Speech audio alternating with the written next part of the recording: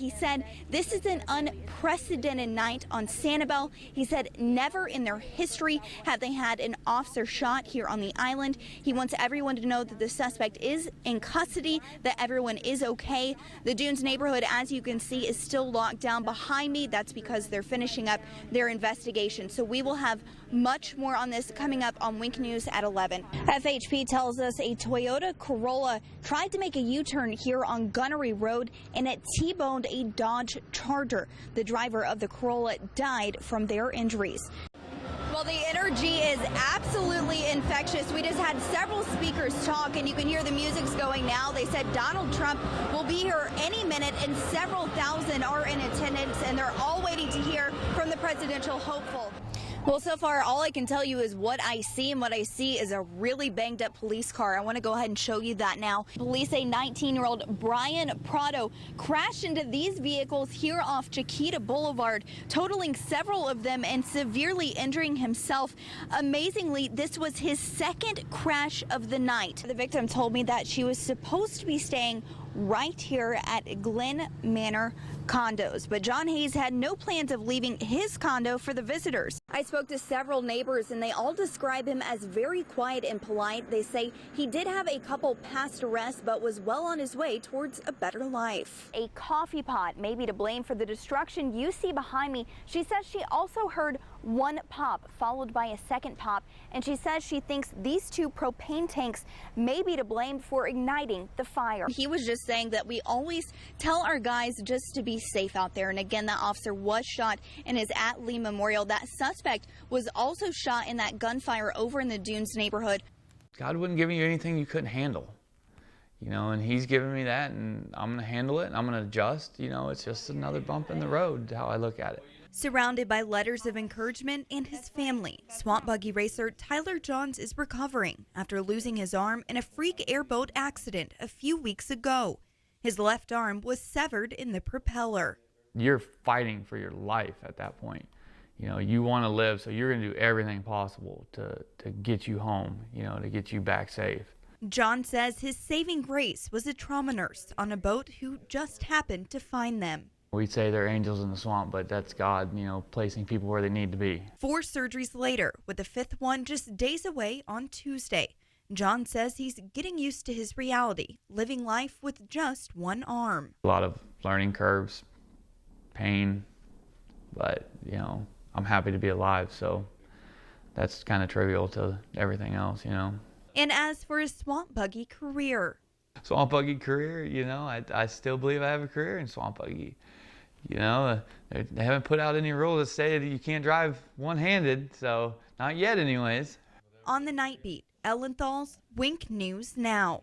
He was something else, truly something else. Private First Class Louis Dominguez says she and Ruiz grew up together in Southwest Florida, then joined the Marine Corps together. He just always motivated me all the time when we did PT together, and when he left, I was really upset. It's like, oh, I don't have my motivation anymore, but he was always there. Ruiz was recently assigned to a base in Okinawa, Japan. He was doing training in California when he was killed in a live fire exercise. Some members of his unit flew across the world to be at his memorial. It's a big honor for us to be able to remember him and, you know, give him that honor to, you know, send him off that way. Dozens of friends, family members, and strangers gathered to remember the young Marine. He was honored Sunday with a full military service. A day that still feels surreal to those closest to him. I'm just trying to hold up. That's what I'm just trying to do, just be here for the family and just be here as a sister in the Marine Corps. It's really hard, though. It's really hard. Loved ones say the memory of the fallen Marine will live on.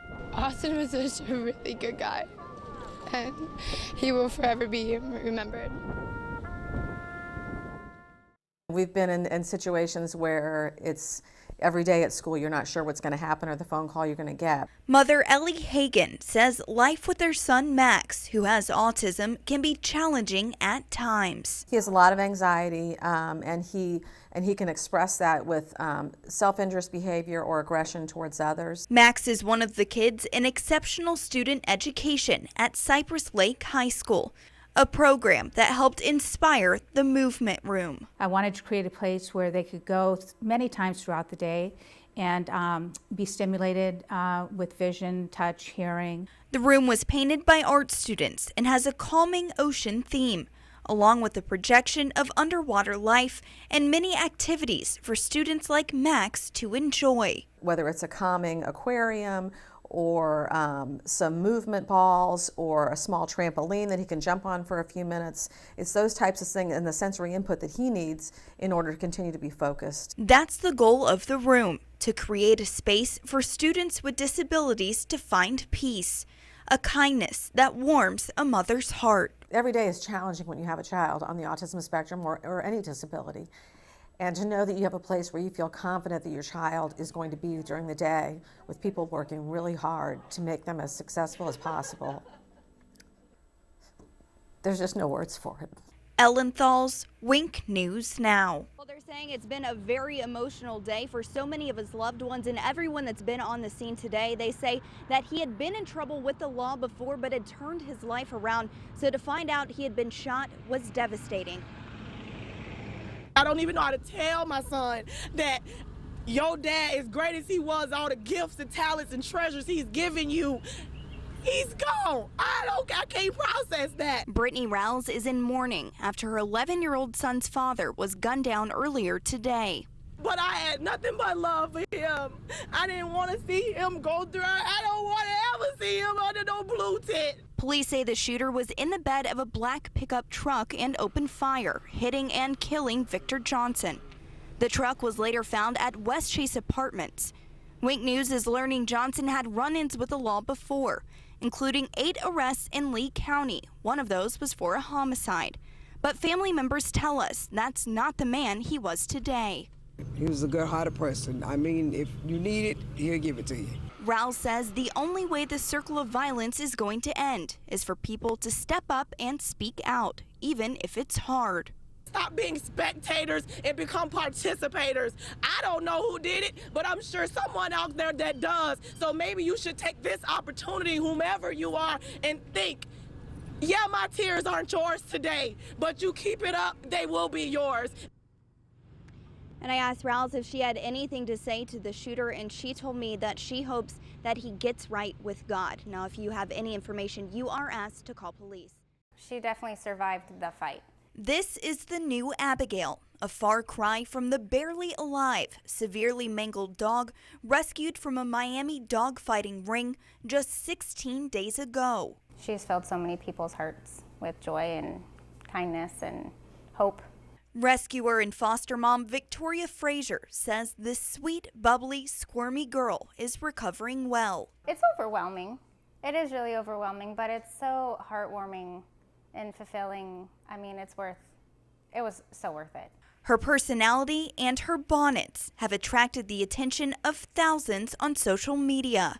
From Indonesia, England, France, I mean, all over the world. It's been really cool to have these supporters with us on her journey. The bonnets are used to cover what's left of her ear and her sutures from her recent skin graft surgery, but they're also a reminder of her story. It brings awareness to what dogfighting looks like.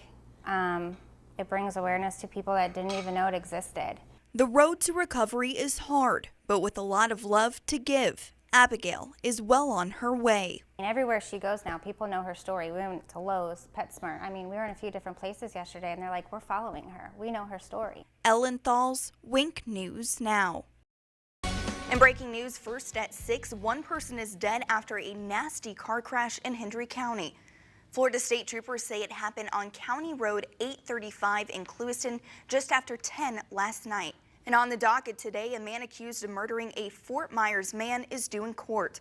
This man, Devontae Harris, was arrested for last month's murder of Willie Moore.